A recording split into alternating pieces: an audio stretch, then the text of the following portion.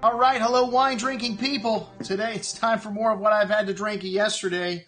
A lot of drinking going on here. I forgot what I was going to say there.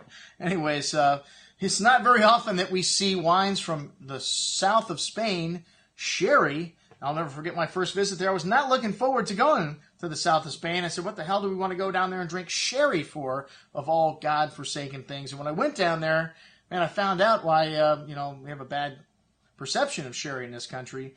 The Fino sherries, the light sherries, are so delicate that, after they're bottled, after they're drawn from the casks, they really need to be drank within 6 months or they're not fresh anymore. So they're very delicate, and most of the Fino and Manzanilla sherries that we get are, well, they're not anything close to what you get in the south of Spain. And this is a very unique style of wine. It's a fortified wine.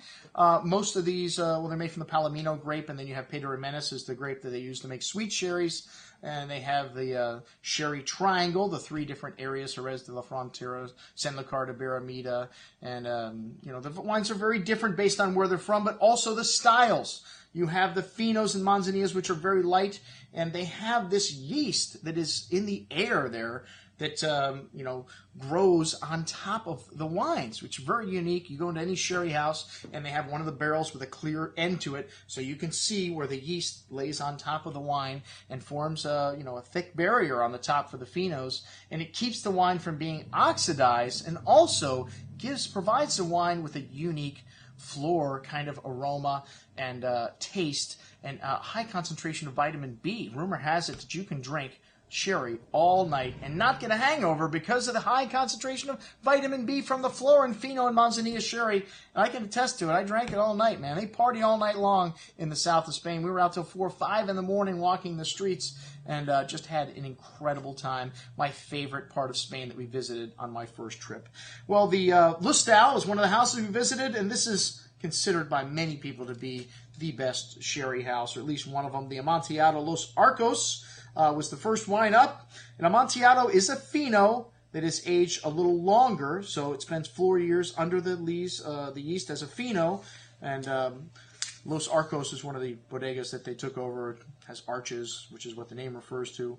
And it has white chalky soils in this area. You really notice that minerality in the wine. But the Amontillados are aged longer, and they take on a toffee kind of walnut kind of aroma, as long as sun-dried tomatoes, sun-dried raisins rather than tomatoes, and kind of light briny character to the nose also. These wines are very intense on the palate. You have that fortified wine, and then the oxidized characters. You get those dried fruits, the brown spice, and that briny note on the finish. But excellent wine, and fantastic with the right food.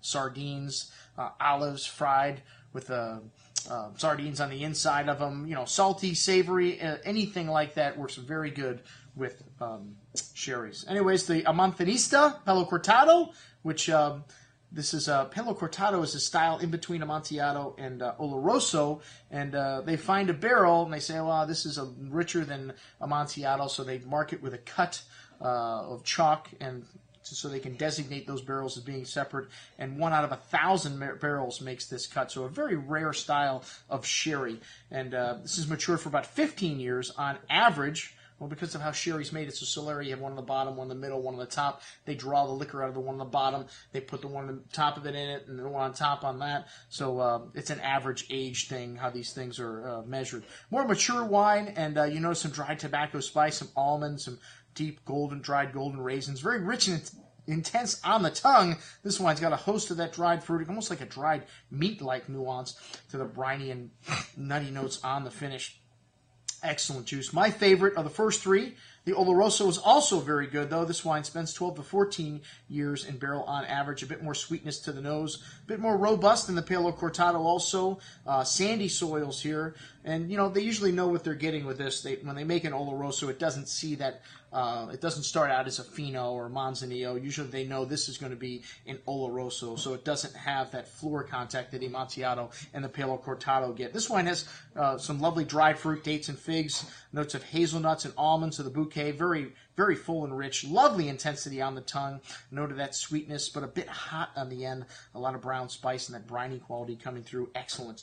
The East India Sherry. It's a blend of Pedro Jimenez, 15%, 85% Palomino. It's the only house that makes a cream sherry style that's actually aged longer after they put the two components together. This wine has got a lovely maple and kind of dried raisin fruit to the nose, exotic brown spices, nutty aromas, really nice sweetness on the tongue with a smooth and creamy texture, a firm hand of acidity cleaning things up at the end, though. Lovely balance in this wine for a sweeter style of sherry here. Excellent juice. Then the Pedro Jimenez San Emilio. These are late harvested, and they spend 7 to 10 days drying on the mats, depending on the temperature. 30% residual sugar here, so very sweet here. Figs, dates, raisins, notes of fudge and brown spice. Really decadent bouquet of aromas.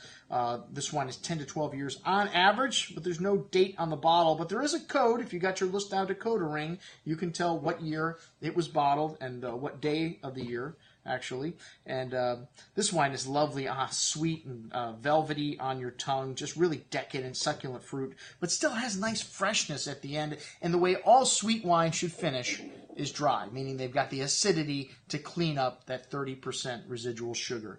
Excellent juice. All right, that's what we had to drink with our friends from Lustau. I'm your host, Andrew Lampasoni, signing off for the Wine Watch, saying, remember, always drink the good stuff first.